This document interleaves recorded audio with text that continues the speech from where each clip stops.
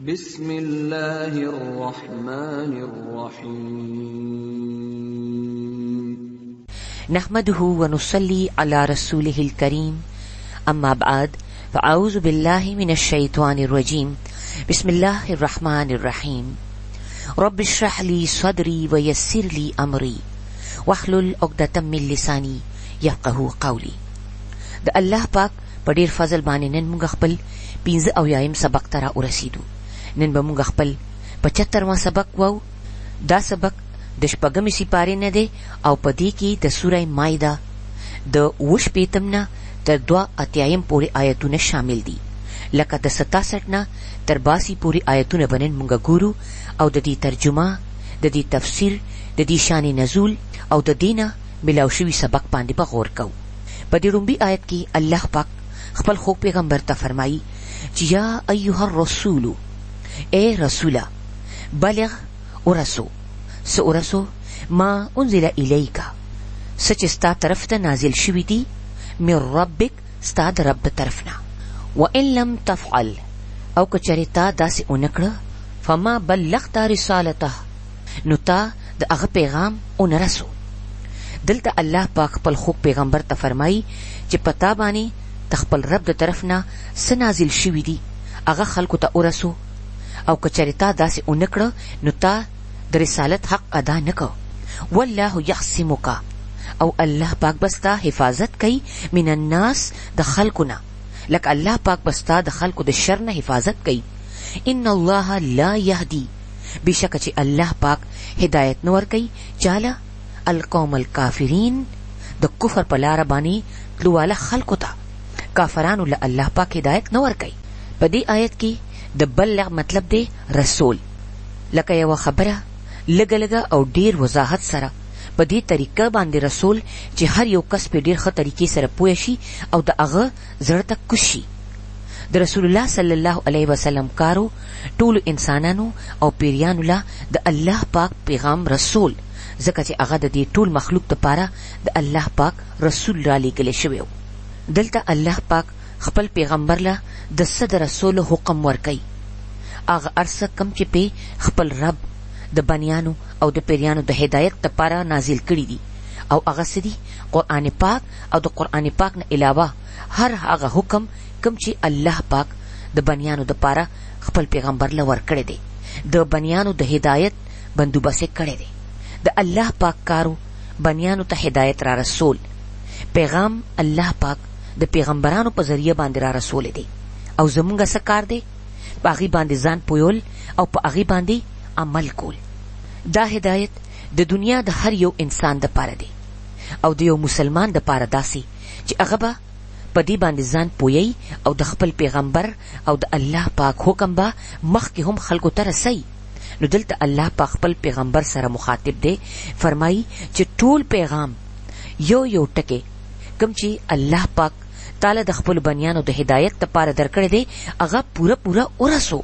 په اورېدو کې خدا یو ساده غونده کې آیت دی، یو ساده غونده کې خبره ده، لیکن حقیقت دا دی چې دا ډیر ګران کار دی. بعضې وخت مونږ یو خبره کول غواړو، لیکن مونږ یې بل کس ته پوره ونه کړی شو د دې یارې نه چې اسنه چې دی خفه شي، دی زمانه ناراضه شي، د هغه نه ویریږي.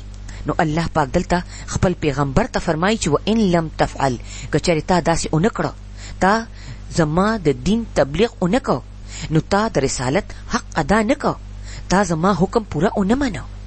که هغې کې یو آیت هم تا پرېښوده نو تا کار پوره نه کو.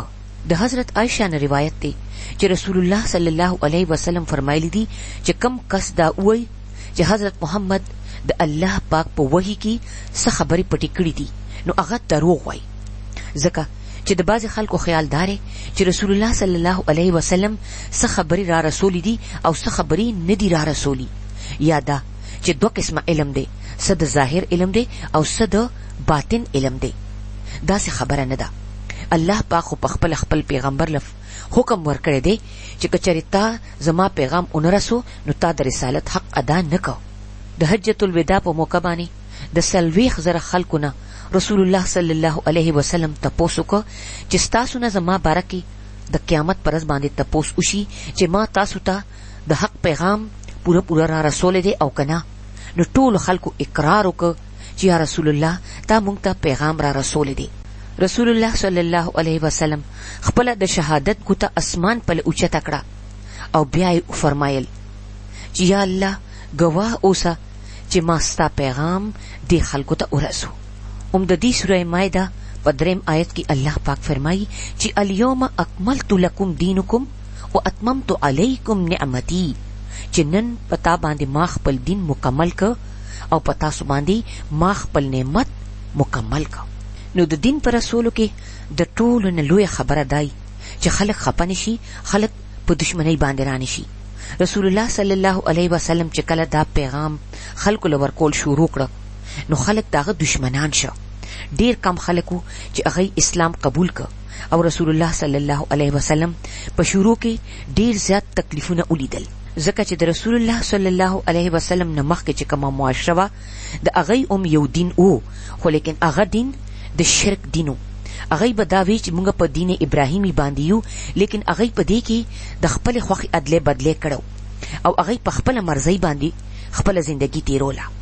نو هر کله چې رسول الله صلی الله علیه وسلم دیله د حق پیغام ورکه نو هغې دا ځان سره دشمنی ګڼله، ځکه چې دې خلکو به ځان ته د خانه کعبې محافظان وي او د هر چرته نه به چې خلک حج او عمرې لراغې انو دی به د هغې خدمت کو، په هغې باندې به اوبس کولی او هغې به د دی دپاره ډېرې تحفې او نذرانې هم راړي او د دی تجارت به هم ډېر زیات اوچت شه. نو دی دا ګڼل چې دې دین سره به زموږ دا کاروبار، زموږ دا سرداری ختم شي او دا ټول د رسول الله صلی الله علیه وسلم دشمنان شو تر دې پورې چې هغه د مکې نه هجرت وکړه. هغه مجبوره که چې د خپل پلار نیکه ځای پرېښوده. پر رسول الله صلی الله علیه وسلم باندې ولس ځله قاتلانه حملې شوي دي. نو الله پاک ورته فرمایي چې والله یعصمک من الناس، چې الله پاک به تا د خلکو نه بچ کوي، د دی نه مه یریږه، ته مه پریشانه کېږه. دا دشمنان تاله اس نقصان نشي در کولی. ان الله لا یهدی القوم الکافرین، بېشکه چې الله پاک هغه قوم له هدایت نه ورکوي څوک چې انکار کوي، هدایت اغستل نه غواړي، پیغمبران نه قبلوي، د هغې په تعلیم باندې عمل نه کوي. نو د دې آیت خلاصه څه شوه چې الله پاک د خپلو بنیانو د هدایت انتظام کړی دی، پیغمبرانو د حق پیغام را رسولی دی، امانت پورا حقدارو را رسولی دی. اوس دا زموږ فرض دی چې موږ دا پیغام پخپله واخلو، پړه کې کیدو، عمل پې وکړو او مخکې نور خلکو ته هم ورسو. الله پاک د خپل خوږ پیغمبر په ذریعه باندې د دین کار مکمل کړی دی. اوس دا زموږ کار دی چې موږ تینا فایده اوچته کړو، موږ پې عمل وکړو. لیکن چا چې انکار وکړه نو الله پاک بیا داسې کافرانو له هدایت نه ورکوي، هغوی صرف خپل نقصان پخپله کوي. ان الله لا یهدی القوم الکافرین. او مخکې الله پاک خپل خوږ پیغمبر ته فرمایي چې قل دی ته ووایه یا اهل الکتابی، اے اهل کتابو لستم علی شیئن، چې تاسو په هیڅ څیز باندې نه یئ، تاسو په یو دین باندې هم نه یئ، حتی تقیموا التورات والانجیل، تر څو پورې چې تاسو په تورات او په انجیل باندې قایم نشئ، عمل پې ونه کوئ. وما انزل الیکم من ربکم، او په هر هغه څه باندې څه چې ستاسو د رب د طرف نه نازل شوي دي، لکه تاسو تر هغې پورې په هیڅ باندې نه یئ، په یو دین باندې هم نه یئ، تر څو پورې چې تاسو په خپلو کتابونو په تورات او په انجیل باندې او په هر هغه څه باندې عمل ونه کوئ کوم چې ستاسو د رب د طرف نه ستاسو د هدایت دپاره نازل شوي دي. وليزیدن، او ضرور به ولا ډیر کی، کثیرا منهم، په دی کې ډیرو لا، ما انزل الیک من ربک، څه چې د دی د رب د طرف نه پتا باندې نازل شوي دي، څه به ورله ډیر کی، طغیانا و کفرا، سرکشی او کفر، نافرمانی او انکار. فلا تأسا، نو ته افسوس مکوا، علی القوم الکافرین، په دې کافرانو خلکو باندې. په دې آیت کې الله پاک اهل کتابو سره خطاب کوي او فرمایي چې تاسو په یو دین باندې نه یئ تر هغې پورې تر څو پورې چې تاسو په تورات او په انجیل باندې قایم نشئ، په هغې باندې عمل ونه کوئ. وما انزل الیکم من ربکم، او کوم چې ستاسو د رب د طرف نه تاسو باندې نازل شوی دی، لکه قرآن پاک، نو قرآن پاک صرف د مسلمانانو د پاره نه دی راغلی بلکې د اهلی کتابو د پاره هم راغلی دی او د دنیا د هر انسان د هدایت د پاره الله پاک دا کتاب را لېږلی دی. نو چې اهلی کتاب په تورات، په انجیل او په قرآن پاک باندې عمل اونکي نو الله پاک هغه د دین نه خارج کړي دي، د هغه نجات ممکنه نه دی. نو دلته مونږه په کومه خبره باندې پوه شو چې د کتاب نه بغیر، د علم نه بغیر انسان ته هدایت نه ملاویږي او د هدایت نه بغیر انسان ته نجات نه ملاویږي. او نن مونږ خپل چار چاپیره هم دا وینو چې ډیر خلک ځان ته ډیر زیات دیندار وای او د خپل پلار نیکه په طریقو باندې رواني، لیکن د حقیقي دین نه هغه ځان نه خبر کړي، په دې کتاب باندې هغه ځان نه پوهه کړي. صرف څه خاص لباس اچول او څه خاص کارونه کول، څه ذکرونه کول یا څه نور داسې واړه واړه کارونو سره د یو انسان علم نه مکملېږي او چې علم یې مکمل نی او په کتاب باندې ځان نه پوهه کړي انو داغه دین هم نه پوره کیږي. دلته الله پاک اهل کتابو سره خطاب کوي. نو زمونږ د پاره څه حکم دی؟ مونږ به په قرآن پاک باندې ځان نه پوهیو، د دې کتاب د علم نه بغیر به مونږه دیندار کیږو څنګه؟ نو په صحیح دین باندې د پوهېدو دپاره دا ضروري ده چې مونږ په دې کتاب باندې خپل ځان ډېر ښه طریقې سره پوهه کړو. او فرمایي چې ولیزیدن کثیرا منهم، او د ډېرو خلکو دپاره اضافه وکړي، زیات کی ولا څه ورله زیات کی؟ طغیانا و کفرا، سرکشي، کفر، نافرمانی، پس کی ما انزل الیک من ربکم، سچ الله پاک را لګلی دي. لکه دا قرآن پاک د اهلی کتابو په سرکشی کې، په کفر کې، په نافرمانی کې، په حسد کې، په دشمنی کې نور هم زیاته اضافه کوي. وجه یې څه ده؟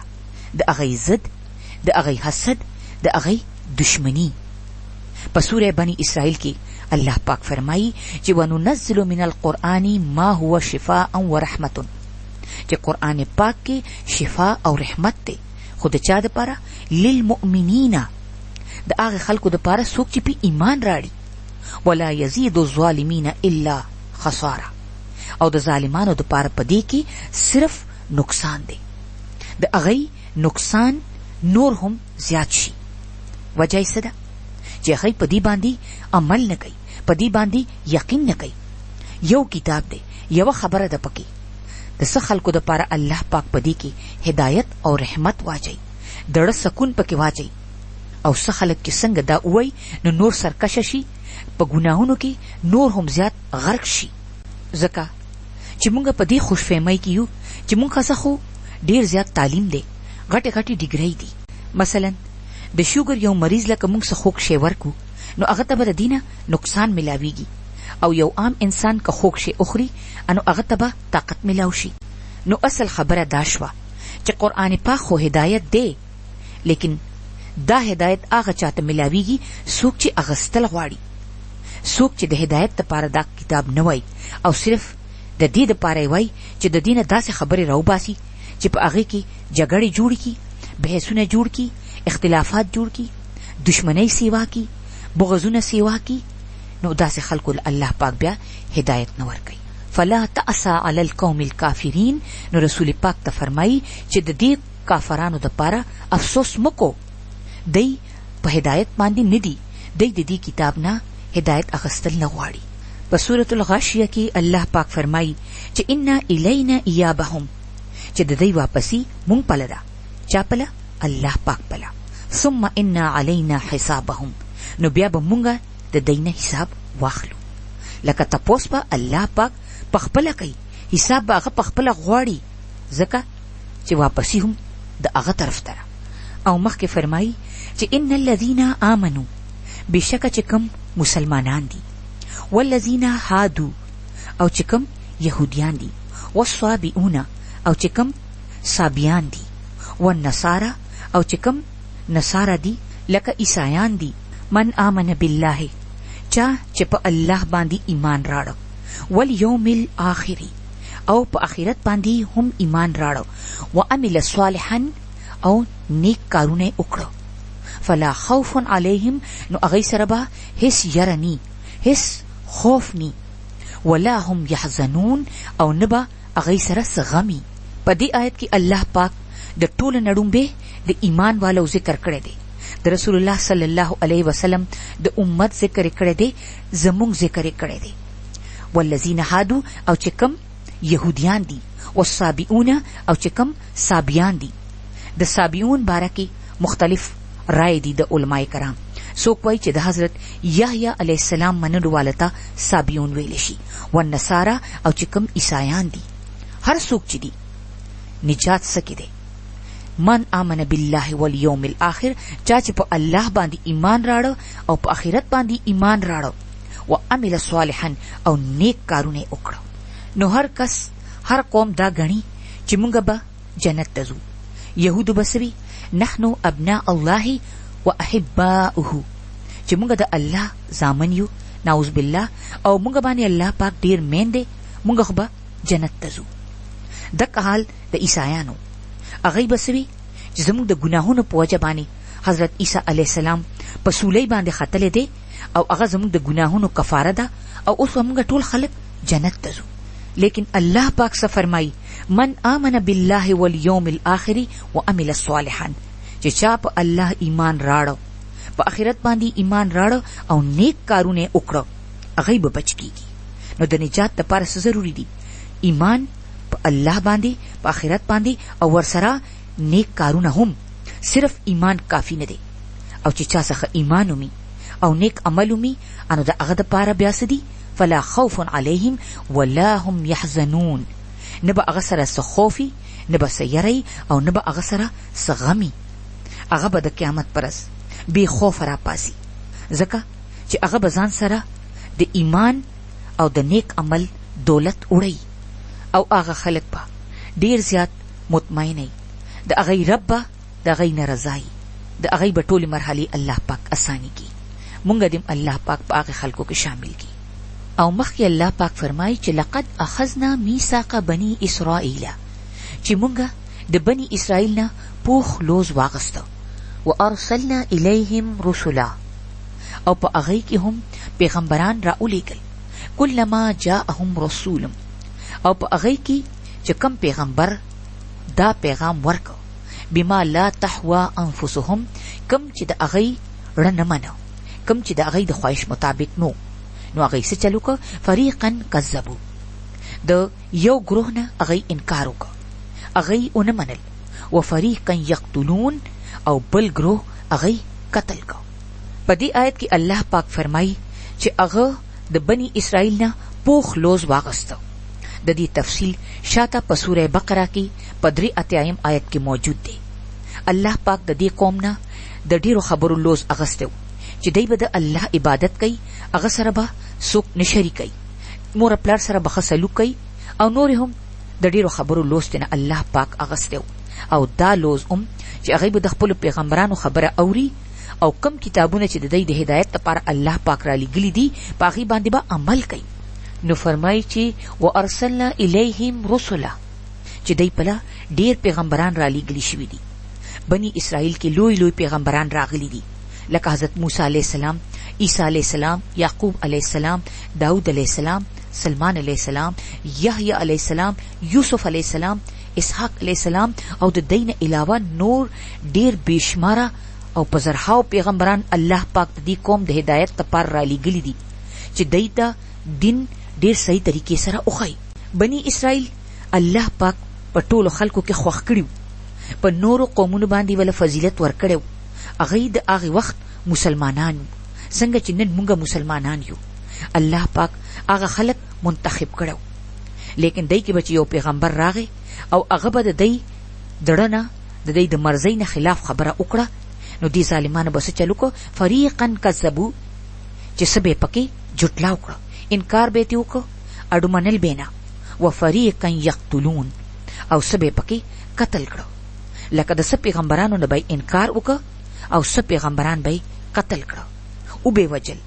نو پدې کې زمونږ د امت لپاره څه سبق دی چې کوم کار بني اسرائیل کړو مونږ به هغه نه کوو.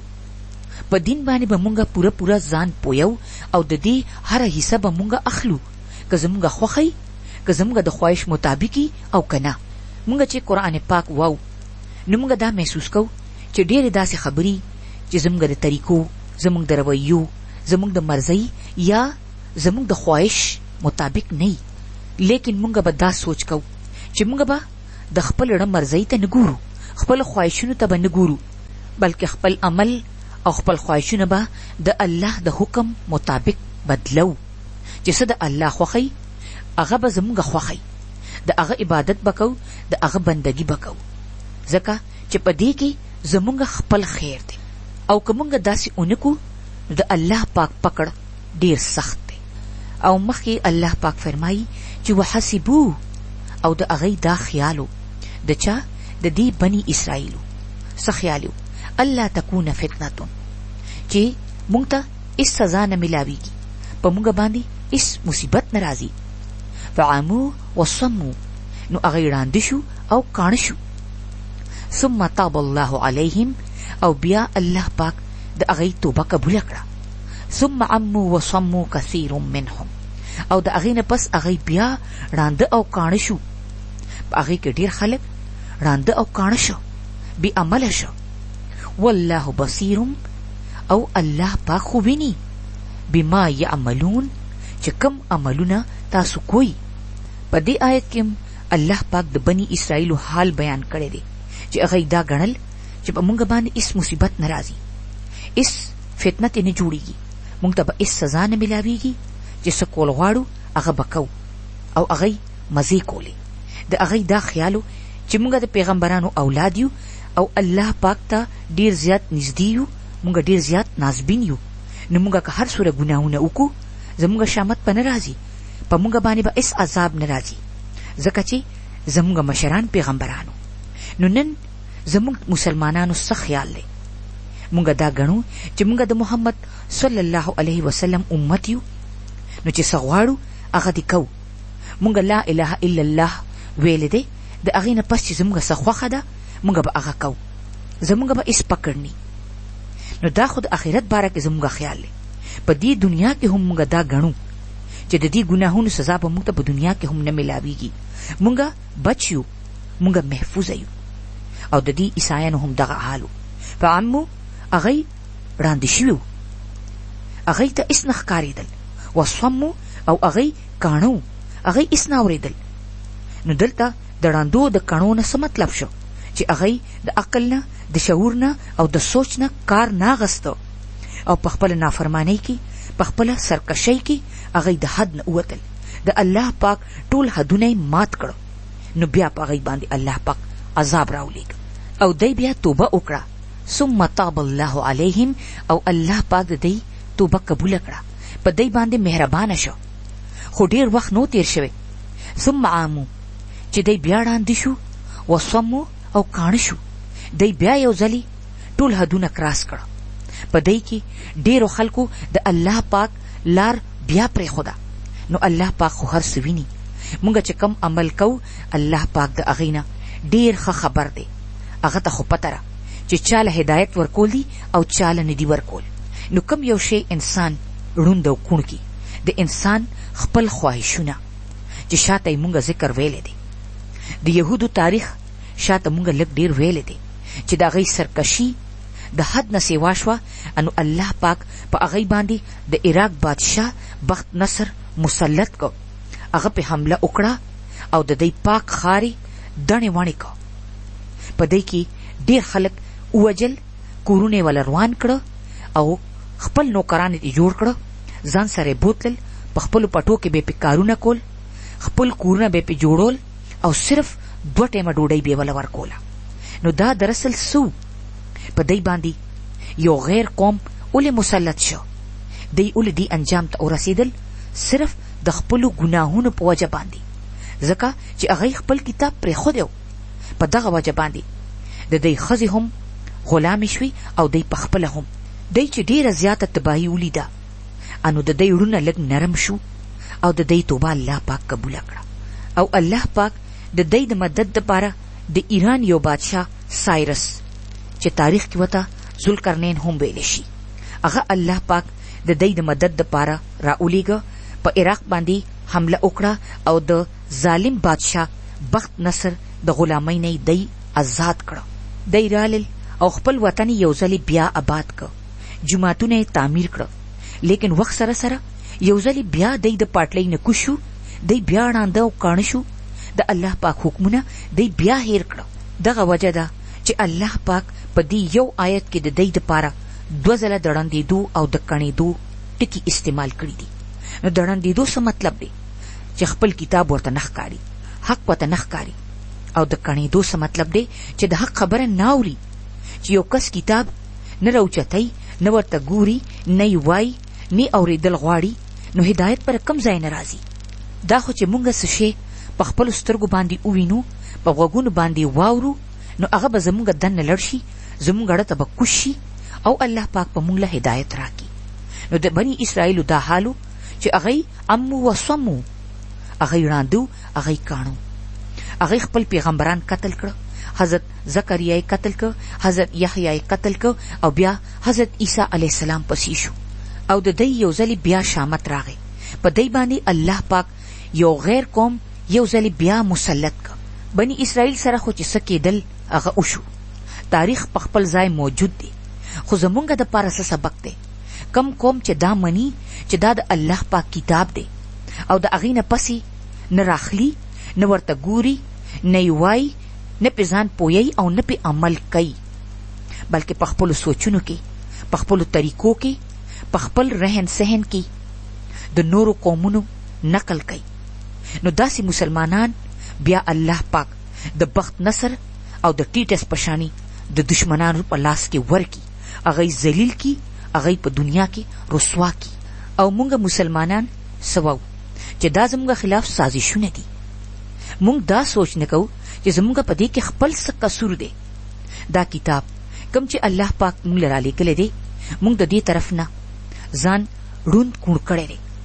مونږ غټې غټې خبرې کوو، خو دې کتاب پله نه راځو، نه دا راوچتو، نه دا ویل غواړو، نه په دې باندې عمل کول غواړو.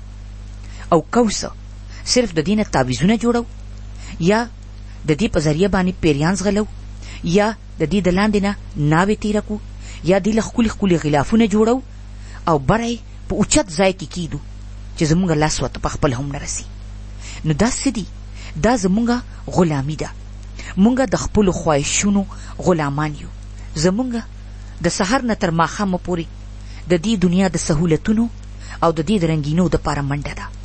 مونږ څخه ځان له هم ټیم نشته، او مونږ څخه دا ټیم هم نشته چې مونږ دا کتاب راوالو، خپل دین باندې ځان پوه کړو، چا سره څه ښېګړه وکړو، او په دې خبره باندې غور او فکر وکړو چې الله پاک مونږ له کم کم نعمتونه راکړي دي.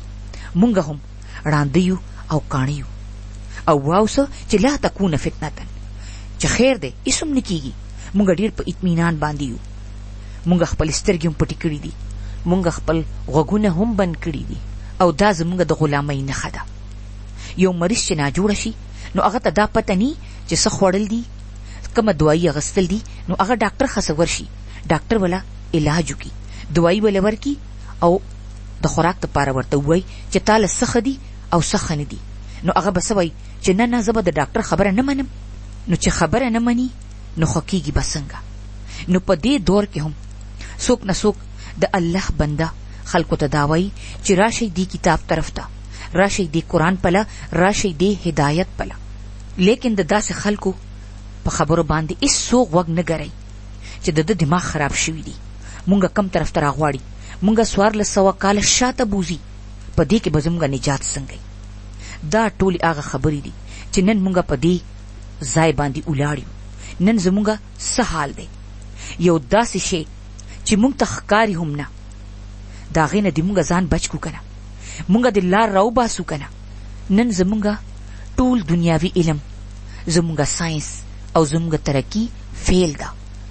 دا د الله پاک د ناراضګۍ یو وړوکی غونډه کې اظهار دی. نو کول څه دي؟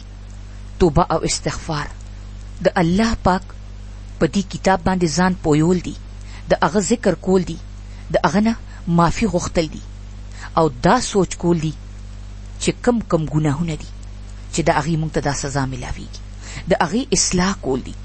هغه بیا غفور الرحیم دی، هغه معاف کول والا دی، د هغه رحمت د هغه د غضب نه ډیر زیات دی.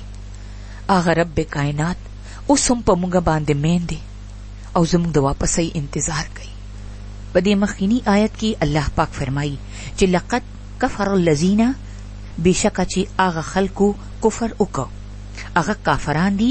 قالو څوک چې وایي چې ان الله هو المسیح ابن مریم، چې الله پاک خو مسیح دی د مریم زوی، لکه د حضرت عیسی علیه السلام نه الله جوړ کړ. وقال المسیح، او مسیح وته وی لکه حضرت عیسی علیه السلام وته پخپل ویلیو چې یا بنی اسرائیل اعبدوا الله، چې اے بنی اسرائیلو د الله عبادت کوي، ربي و ربکم، کم چې زما هم رب دی او ستاسو هم رب دی. انه من یشرک بالله، او چا چې الله پاک سره څوک شریک کړو، فقد حرم الله علیه الجنه، نو په هغه باندې به الله پاک جنت حرام کی. ومأواه النار، او د هغه ټکانه به دوزخی اوری.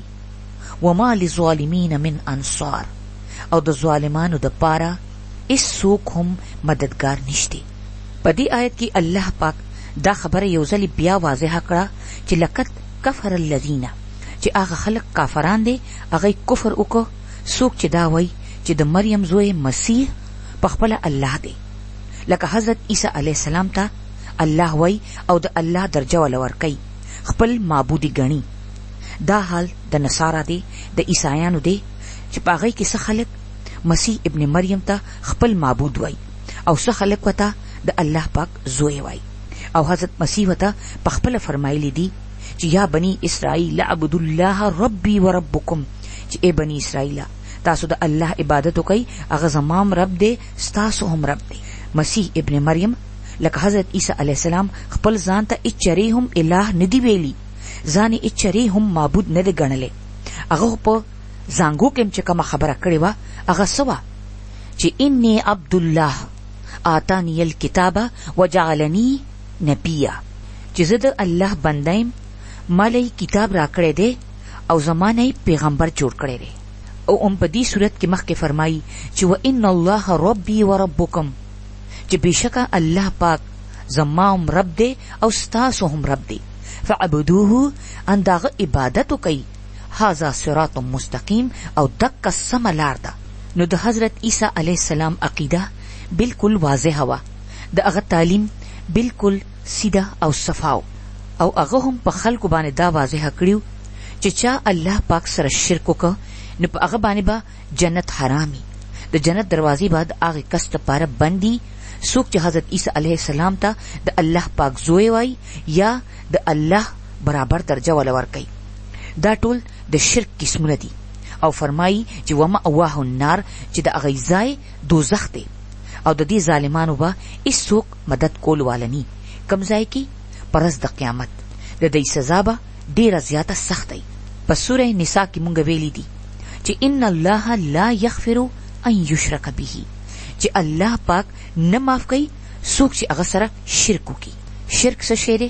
شراکت دی. نو شراکت خو انسان د ځان دپاره هم نه خوښوي. مثلا که یو کس وایي چې دا کور زما هم دی او ستا هم دی، نو دا ډیر اسانۍ سره هغه نه برداشت کوي. د یو مور پلار اولاد په خپله کې جګړې کوي چې مور پلار په ما باندې زیات میندي یا په تا باندې زیات میندي. نو په وړو وړو خبرو کې انسان شراکت نه برداشت کوي. نو هغه رب چې مالک او خالق کائنات دی، د ځمکو او د اسمانونو مالک دی، هغه به شراکت څنګه برداشت کوي؟ هغه به اولی شراکت خوښوي.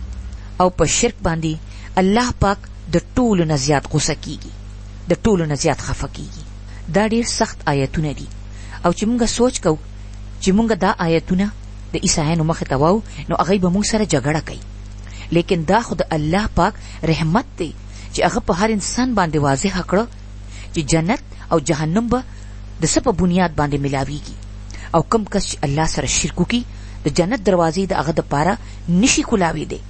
زمونږ دا ښکلی کتاب نفرت نه پھیلاوي، دا د چا خلاف نه دی، بلکې دا خو د الله پاک د حق کلام دی، کم چې 1400 کاله مخکې راغلی دی، او په دې کې چا د یو ټکي ادلې بدلې نه دی کړی شوی.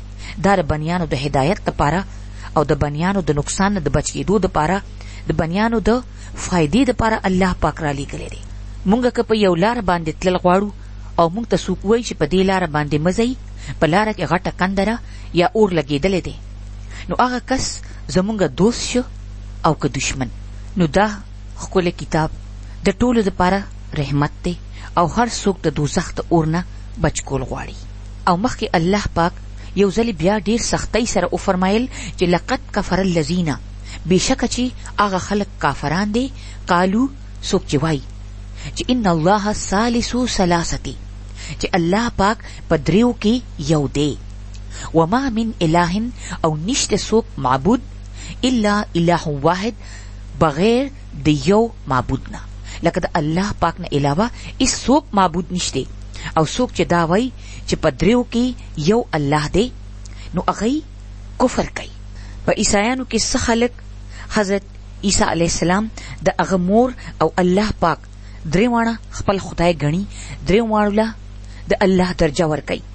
او څه خلک حضرت عیسی علیه السلام د هغه مور او روح القدس حضرت جبرائیل علیه السلام دریواړه خپل خدای ګڼي. او الله پاک دا واضح کړه چې د هغه نه علاوه هیڅ څوک هم الہ نشته د عبادت لایق، صرف او صرف الله پاک پخپله دی.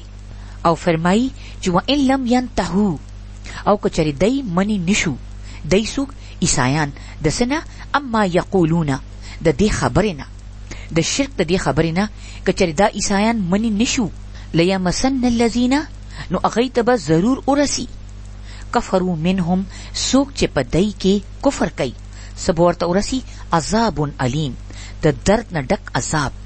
فرمایی چې کم خلک د دې خبرې کولو نه، د شرک د دې کارونو نه، د شرک د خبرو نه منی نشو، انو هغوی ته به د درد نه ډک عذاب ورسی. هغه به کم عذابي، د اور عذاب، د جهنم عذاب، چې زمونږ دا وجود به د سکرو په شانتي وسوځي. او په دې مخکینی آیت کې الله پاک فرمایي چې افلا یتوبون الی الله، چې دی به د الله پاک مخې ته توبه نه کوي، ویستغفرونه، او دی به د هغه نه مغفرت نه غواړي، بخنه نه غواړي. والله غفور الرحیم، او الله پاک خو ډیر د بخل والا او ډیر د رحم کولو والا دی. الله پاک دوره رحمان دی چې په دې آیت کې ول د توبه دعوت ورکړی دی چې دا خلک به توبه نه کوي، الله په لبه نه راځي، د هغه په لاره باندې به نه کیږي، د هغه نه به معافي نه غواړي. نو د توبه څه مطلب دی؟ الله پر راتلل. او د استغفار مطلب دی پټول، د ګناهونو پټول، د هغې معافي غوښتل چې یا الله زموږ ګناهونه پټ کا، پرده پې واچو. لکه دا خلک به د حضرت عیسی او د هغه د مور باره کې خپله عقیده نه بدلی او خالص الله په لبه نه راځي او د خپلو ګناهونو معافي به نه غواړي. والله غفور الرحیم، الله پاک خو ډېر غفور الرحیم دی. کچرې دی توبه وکړي او دی خپله غلطي قبوله کړي، انو هغه هر ګناه معاف کوي، که هغه شرک ومي. شرط دا دی چې توبه به د زړه د اخلاص نه کوي. په سوره انفال کې الله پاک فرمایي چې کومو خلکو کفر وکړ او بیا هغوی د دینه منې شو، د الله نه یې معافي وغوښته، نو د هغوی ټول شاتني ګناهونه به الله پاک معاف کړي. شرط یې وله ایښی دی خالص نیت. او مخکې فرمایي چې مل مسیح ابن مریم، چې مسیح ابن مریم نه دی الا الرسول، خو یو رسول دی. لکه مسیح ابن مریم د الله پاک یو رسول دی، قد خلت من قبله الرسل، څنګه چې هغه د دینه مخکې رسول او پیغمبران را لیږلي دي. و امه صدیقته، او د هغه مور صدیقه ده، په رښتیاو ده، په حق ده. کأن یاکلان الطعام، او هغوی دواړه خو خوراک کوي. انظر کیف نبین لهم الآیات، وګورئ، غور وکئ چې څنګه موږ دی دپاره خپل نښې، خپل آیتونه واضحه کوو. ورته خو ثم انظر انا یؤفکون، او بیا دی ته وګورئ چې دی څنګه بیلاری دي، دی څنګه حق پرېښودی دی. په دې آیت کې الله پاک یو ځل بیا فرمایي چې مسیح ابن مریم صرف د الله پاک یو رسول دی، یو پیغمبر دی، څنګه چې د هغه نه مخکې ډېر پیغمبران تیر کړي دي. و امه صدیقته، او د هغه مور صدیقه ده، د رښتیاو ښځه ده، هغې هېڅ دروغ نه دي ویلي، هغې هېڅ خیانت نه دی کړی، او کم تهمت چې په هغې باندې لګېدلی دی هغه د هغې نه پاکه ده. رسول الله صلی الله علیه وسلم فرمایلی دي چې په سړو کې خو ډېر کامله سړي تیر شوي دي، خو په ښځو کې 4 دي، او پاغي کې یو حضرت مریم علیہ السلام دا. په سوره تحریم کې الله پاک فرمایي چې وصدقت بکلمات ربها وکتبه، چې هغه د خپل رب د کلماتو او د کتابونو تصدیق کړی دی. وکانت من القانتین، ځکه چې هغه صدیقه وه، هغه په حق وه، هغه رښتیا وي، هغه د الله پاک فرما برداره وه، د عمل کول والا ښځه وه. د هغې په ژبه او د هغې په عمل کې هیڅ فرق نه. د ټولو نه دروغجن انسان هغه دی کم چې په ژبه باندې یو څه وایي، پړه کې بل څه، په عمل کې بل څه. مخکې فرمایي چې کانه یاکلان الطعام، هغې دواړو به خوراک کو. چا دواړو؟ حضرت مسیح لکه حضرت عیسی علیہ السلام او د هغه مور. نو بیا هغې الہ څنګه کیدی شي؟ هغې د عبادت لایق څنګه کیدی شي؟ هغې خو د عام انسانانو په شانې اوږي کېدل، هغې محتاج و. ځکه چې یو انسان 2 ورځې هم خوراک ونه کي، نو هغه خو چا سره خبره هم نشي کولی. دلته الله پاک د خوراک مثال ځکه ورکړی دی چې زموږ زندگی ډیره د خوراک د ګټلو، د هغې د پخولو، د هغې د خوړلو او د دې ټولو کارونو دپاره تېرېږي. نو کم کس سره چې د خپل خوراک غمي، هغه به د نورو خلکو د رزق او د خوراک بندوبست څنګه کوي؟ هغه معبود څنګه کېدی شي؟ دا خو الله پاک دی چې هغه د دې ټولو خبرو نه، د دې ټولو کیسو نه پاک دی. هغه ته نه د خوراک ضرورت شته او نه هغه سره نور داسې شیزونه تړلی شوي دي. او حضرت عیسی علیہ السلام د الله پاک رسولو، د هغه بنده و. په یو بل ځای کې الله پاک فرمایلی دی چې ان هو الا عبد، چې هغه صرف یو بنده و. انعمنا علیه، چې مونږه هغه له انعام ورکړو. وجعلناه مثلا لبني اسرائیل، او مونږه هغه د بني اسرائیل د پاله مثال جوړ کړو. او الله پاک فرمایي چې وګوره څنګه دای ته مونږ خپل آیتونه کلاو کلاو بیانو، څنګه وته خپل نخې خو، څنګه ولا دلیلونه ورکو. لکه الله پاک دی عیسایانو ته د حضرت عیسی علیہ السلام بارکی کلاو دلیلونه واضحه خبري وخولي، لیکن د دین باوجود هغه حق پلن راتل. هغه په کوم مذهب باندې، په کوم عقیدو باندې، حالکه حق د هغه مخه ته واضحه و، د هغه په عقل کې راته. خود حیرانی دو خبره دادا چې منې نه. او مخکې فرمایي چې قل، ای پیغمبر دیته وایا، اتعبدون من دون الله، چې تاسو د الله نه علاوه د بلچا عبادت کوئ، ما لا یملک لکم، چې هغه ستاسو د پاره اختیار نه لري د سسیز ضرر ولا نفع، نه د نقصان او نه د نفع. لکه تاسو الله پاک پرې خود او د داسې سیزونو عبادت کوئ چې هغه څخه ستاسو د نفع یا ستاسو د نقصان اختیار اړو نشته. والله هو السمیع العلیم، او صرف الله دی چې هغه ارس اوري او هغه د هر څه نه خبر دی. حضرت ابراهیم علیہ السلام هم خپل قوم ته دک ویلیو کنه چې تاسو د بوتانو عبادت ولیکوي، نه هغه تاسو له نفع درکول شي او نه څه نقصان درکول شي. د عبادت لایق معبود الہ خو هغه چې دغه په لاس کې د خلکو نفع او نقصانی، او هغه د هر یو سیز مالکی، او هغه څوک دی؟ الله پاک. ولی هو السمیع العلیم، ځکه چې هغه ارس اوري، هغه څخه د ارس علم دی. حضرت مسیح څخه دا علم نو، هغه د خلکو د حالاتو نه نو خبر، صرف دوره خبرو سوره علم چې ول الله پاک ورکړو. لیکن الله پاک د هر چا هر څه وینیم، هر څه اوریم، او د هر څه نه خبر دی، او د ټولو مصیبتونو، د تکلیفونو د لرې کولو والا دی، د حاجتونو پوره کولو والا دی، د دعاګانو قبلولو والا دی، د مصیبتونو د اوچتولو والا دی. او اکا مالک و خالق کائنات دی، او اکا واحد او لا شریک معبود دی. او مخی الله پاک خپل خوږ پیغمبر ته فرمایي چې قل، دیته او فرمایا یا اهل الكتابی، چې اے اهل کتابو، لا تغلو فی دینکم غیر الحق، چې په خپل دین کې په ناحقه باندې مبالغه مکوئ، په ناحقه باندې حدونو نه موځئ. ولا تتبعوا اهواء قوم، او ما هغه خلکو پسې ځئ، د هغې خواهشونو پسې ځئ، قد ضلوا من قبل، کم چې د دینه مخکې ګمراه شوي دي. و اضلوا کثیرا، او ځان سره ډیر خلک ګمراه کړي دي. ودلوا عن سواء السبیل او سم لاره خطا کړی ده، د هغې نه سم لاره روکه شوې ده. په دې آیت کې الله پاک اهلی کتابو ته فرمایي چې تاسو په دین کې د حد نه موزئ، د ناحقې لار ځان له مخ وښوئ، دروغ مه وایئ، د ځان نه خبرې مه جوړوئ، ځکه چې هغوی به وي چې حضرت عیسی علیه السلام زموږ معبود دی او هغه د انسان په ځای د معبود درجه ورکړې وه، الہ به یې ورته وي، خدای به یې ورته وي، او چا به ورته د خدای پاک زوی وي، نعوذ بالله. نو الله پاک فرمایي چې تاسو داسې قوم پسې مزئ کوم چې بیلاری دي، گمراه دي، او ځان سره ډیر زیات خلک گمراه کړي دي، بیلاری کړي دي. ودلوا عن سواء السبیل او پخپله هم د هغې نه سمه لار خطا ده. نو د دې نه دا پته لګي چې د عیسایانو په عقیده کې خرابۍ د نورو قومونو په وجه باندې راغلي دي. د حضرت عیسی علیه السلام شاګردان چې د خپل دین خورولو دپاره په ټوله دنیا کې خواره شو او خاص طور باندې مصر او یونان ته لړل، او په یونان کې هغه وخت د غټو غټو فلسفیانو دورو چې په هغې کې ارسطو، افلاطون، بقراط او دا خلک شاملو.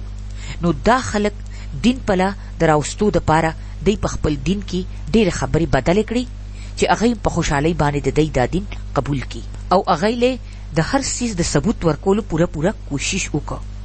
لیکن په دین کې ډېر څیزونه داسې دي چې هغه ایمان بالغیب سره تعلق ساتي، عقل د هغې وضاحت نشي کولی. مثلا که موږ ته څوک وایي چې الله پاک ثابته کوي، موږ ته یې وښیئ، نو موږ به څه کوو؟ موږ الله پاک چاته خولی شو؟ یا که څوک دا ووایي چې الله پاک چا پیدا کړی دی، نو موږ ښه د دې جواب شته؟ داسې نه ده. د یو مسلمان ایمان به په غیب باندې، په الله باندې به مونږه په غیب باندې ایمان راړو، د هغه په پیغمبرانو باندې، د هغه په کتابونو باندې، په ملائکو باندې، په تقدیر باندې، او د قرآن پاک په هر یو ټکی باندې، په هر څه باندې به مونږه ایمان راړو، ځکه چې دا د الله کلام دی او دا هر څه الله پاک را لېږلي دي. مونږ لیدلی نه دي خو مونږ په ایمان راړو. نو د ایمان لومبۍ تقاضا څه ده؟ یؤمنون بالغیب، مونږ به په غیب باندې ایمان راړو، هغه څیزونه چې زمونږ په عقل کې نه راځي، مونږ پې نه پوهیږو، خو لیکن مونږ به په هغې باندې ایمان راړو. نو الله پاک فرمایي چې په خپل دین کې د حد نه موزئ او هغې خلکو پسې مزئ کوم چې د مخکې نه ګمراه دي، د هغې خپل یو دین هم نشته. او دلته اشاره د یونان فلسفیانو پله ده چې هغې خو په خپله د دین نه گمراه شوي دي او ډیر خلک ځان سره گمراه کړی دی، او د هغې نه خو په خپله سمه لار خطا ده. او نن موږ مسلمانان د څه کولو کوشش کوو؟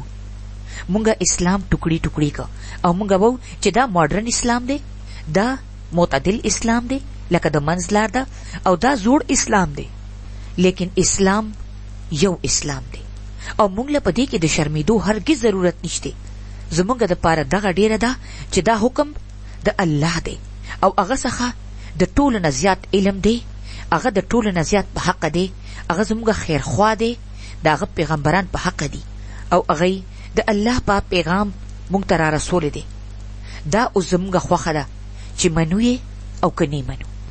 او مخکې فرمایي چې لعن الذین کفروا، لعنت ویلې شوی دی په هغه خلکو باندې چا چې کفر کړی دی، من بني اسرائیل، په بني اسرائیلو کې. لکه دلته الله پاک یهودو په اشاره کړې ده چې په هغې باندې الله پاک لعنت ویلې دی. علی لسان داود، د حضرت داود علیه السلام په ذریعه باندې، د هغه په ژبه باندې، و عیسی ابن مریم، او د حضرت عیسی ابن مریم په ذریعه باندې الله پاک په دې خلکو باندې لعنت ویلې دی.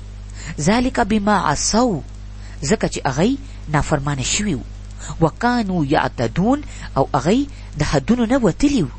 دلته الله پاک فرمایي چې په دې اهلی کتابو باندې چا چې کفر کړو، اشاره یهودو په لده چې د حضرت داود علیه السلام په ذریعه باندې او د حضرت عیسی علیه السلام په ذریعه باندې په دې باندې الله پاک لعنت ویلې دی. ذالک بما عصوا، ځکه چې دوی نافرمانی کړې وه. عصوا وی نافرمانی ته، په عبادتونو کې د الله نافرمانی کول، مزونه نه کول، روجې نه نیسل، دا ټول د نافرمانی کارونه دي. او یعتدون دي، د حد نه وتل، د الله په بنیانو باندې زیاتې کول، ظلم کول، د یو بل حق ول، نور مسلمانان تنګول. نو د بني اسرائیلو شامت ولې راغلی؟ دوه خبرې وي. یو خدا چې د هغه سوچ، د هغه جبی او د هغه اخلاق ډیر زیات خراب شوی. هغه به په ناحقه باندې د یو بل نه مالونه شو کول، ظلمونه به کول، ځکه په هغه باندې الله پاک لعنت ویل دی. مونږ به دا سوچ کو چې نن مونږ کم ځای ولاړ یو، دا کارونه مونږ کو او کنه کو او زمونږ به څه سزای. او مخکې فرمایي کانو لا یتناهون، چې هغه به هرگز نه منې کېدل د څه نه عن منکر فعلوه، چې کوم غلط کارونه به هغه کول. لبئس ما کانو یفعلون، او هغه به چې کوم عمل کو هغه ډیر خرابو، د هغه کارونه ډیر خرابو. دلته الله پاک فرمای چې دې خلکو به یو بل د ګناهونو نه منې کو، په خپله به هم غلط کارونه کول، او که نور به څوک ولیدل نو هغه به هم نه منې کول. دلته اشاره ده علما بله، هغه خلک چې د دین نه خبري، د الله پاک د احکاماتو نه خبري، او په کلاو سترګو باندې ګناهونه ویني. خلک ویني چې غلط کارونه کوي خو هغه نه منې کوي. په داسې خلکو باندې الله پاک لعنت وای او الله پاک د خپل رحمت نه محروم کی. رسول الله صلی الله علیه وسلم فرمایلی دي چې تاسو کې څوک غلط کار وویني نو خپل لاس سره دی منی کی، کچره لاس سره نشي منی کوله نو خپل جبی سره دی منی کی، او کچره جبی سره هم نشي منی کوله نو په خپل رکه دی د هغه کار نه نفرت کی، او دا د ایمان د ټولو نه کمزوري درجه ده. او مخکې الله پاک خپل خوږ پیغمبر ته فرمایي چې ترا ته به ویني کثیرا منهم، چې په دې کې ډیر خلک به ته وویني یتولون الذین کفروا، چې دی دوستی کوي هغه خلکو سره کوم چې کافران دي. لبئس، او دا ډیر خراب کار دی، ما قدمت لهم انفسهم، کم کار چې دی د ځان نه مخکې د اخرت لپاره لیږي. لکه کافرانو سره د دی دوستی ډیر خراب کار دی چې کم دی د ځان نه مخکې اخرت لپاره لیږي. ان سخط الله علیهم، او الله پاک په دی باندې ډیر غضبناک دی، د دی نه ډیر زیات ناراضه دی. وفي العذاب هم خالدون، او دی به د همیشه په عذاب کې اوسي. په دې آیت کې الله پاک بنی اسرائیل د پاره خطاب کړی دی. په مدینه کې چې کم يهود اوسېدل، مذهبي لحاظ سره هغه رسول الله صلی الله علیه وسلم څخه نږدې وو، ځکه چې هغه په یو الله باندې ایمان راړه، او دیم هغه آخرت منه، او دیم هغه پیغمبران منل، او دیم لیکن دی رسول الله صلی الله علیه وسلم سره او مسلمانانو سره د دوستۍ کولو په ځای د مکې کفارو سره دوستی ساتله. نو دا د دی څنګه ایمانو چې د الله او د هغه د نبی دشمنانو سره د دی دوستی وه. د چا پړه کې چې ایمانی انو هغه غلط کار کول والو خلکو سره دوستی نشي ساتلی، هغه خپل مددگار نه ګڼي. او کله چې د انسان ایمان کمزور شي نو غلط کار صرف هغه ته هغه ښکاري کم کې چې د هغه د ذات څه نقصانی، هغه ته په تکلیف رسی. د دین علاوه که دنیا هر څه کوي هغه ته پکې هیڅ ګناه او هیڅ برایي نه ښکاري. او د داسې خلکو نه الله پاک ډیر زیات ناراضی. وفي عذابهم خالدون، او داسې خلک به د همیشه په عذاب کی. او مخکې فرمایي چې ولو کانوا یؤمنون بالله والنبي، او کچره دی په الله باندې او د هغه په نبی باندې ایمان ساتلی. وما انزل الیه، او سچې په هغه باندې نازل شوی. متخذوهم اولیاء، نو دی به اچرې کافران خپل مرګري کول نه. ولکن کثیرا منهم فاسقون، لیکن په دی کې اکثر خلق نافرمانو. الله پاک فرمای چې کچری دی په صحیح ایمان باندې وي نو دی به په الله باندې د هغه په پیغمبر باندې او سچ هغه په نازل شوی لکه په قران پاک باندې به ایمان راوړو. دی به د کافرانو سره دوستی نه کوله، ځکه چې کم کس په الله او داغه په پیغمبر باندې او داغه په کتاب باندې ایمان راړي نو هغه ته دا ډیره خپتای چې داغه د ژوندۍ څه مقصد دی، الله پاک ولا څه حکم ورکړي دي. داسې خلک کافرانو سره او د الله او د رسول دشمنانو سره اچرې دوستی نه کوي. ولکن کثیرا منهم فاسقون، لیکن دی داسې ولیکول ځکه چې دا خلک نافرمانو فاسقانو. نو ننم کومګه دا کارونه کو نو موږ به په کوم خلکو کې شامل شو؟ په فاسقون کې. او مخکې الله پاک خپل خوږ پیغمبر ته فرمایي چې لتجدن ته به ضرور وویني اشد الناس په دې خلکو کې د ټولو نه زیات عداوة للذین آمنو هغه خلکو سره په دشمنی کې چا چې ایمان را وړی دی څوک الیهود یهودیان والذین اشرکو او څوک چې مشرکین دي لکه ته به وویني چې مسلمانانو سره سخت دشمنی ساتلو والا څوک دي یهودیان او مشرکین ولا تجدن او ته به دا هم وویني اقربهم مودة چې په مینه کې د ټولو نه زیات څوک دي للذین آمنو څوک چې مؤمنان دي لکه دې مؤمنانو سره ډیره مینه د چا ده الذین قالوا انا نصارى هغه خلک کم چې ځان ته وایي چې مونږه نصارا یو مونږه عیسایان یو ذالک بان منهم د دې وجه داره چې په دای کې څه چل دی قسیسینا عالمان دي ورهبانا او درویشان دي وانهم لا یستكبرون او په دې خلکو کې تکبر نشته په دې آیت کې الله پاک په خپل خوږ پیغمبر باندې دا واضح کړه چې مسلمانانو سره ایمان والو سره سخت دشمنی د چا ده د یهودو او د مکې د مشرکانو ځکه چې دا دواړه قومه په خپله کې یو او رسول الله صلی الله علیه وسلم او مسلمانانو لبی ډیر نقصان ورکو ډیر تکلیفونه به ورکول او دایم ورته وفرمایل چې دی ایمان والو سره د مینې ساتلو والا خلک څوک دی قالو انا نصارا څوک چې ځان ته نصارا وایي دلته اشاره ده نجاشي بله ځکه چې هغه هم عیسایو ذالک بان منهم قسیسین او د دې وجه دا ده چې په دای کې عالمان دي عبادت گزاره خلق دي او کم کس څخه چې علمي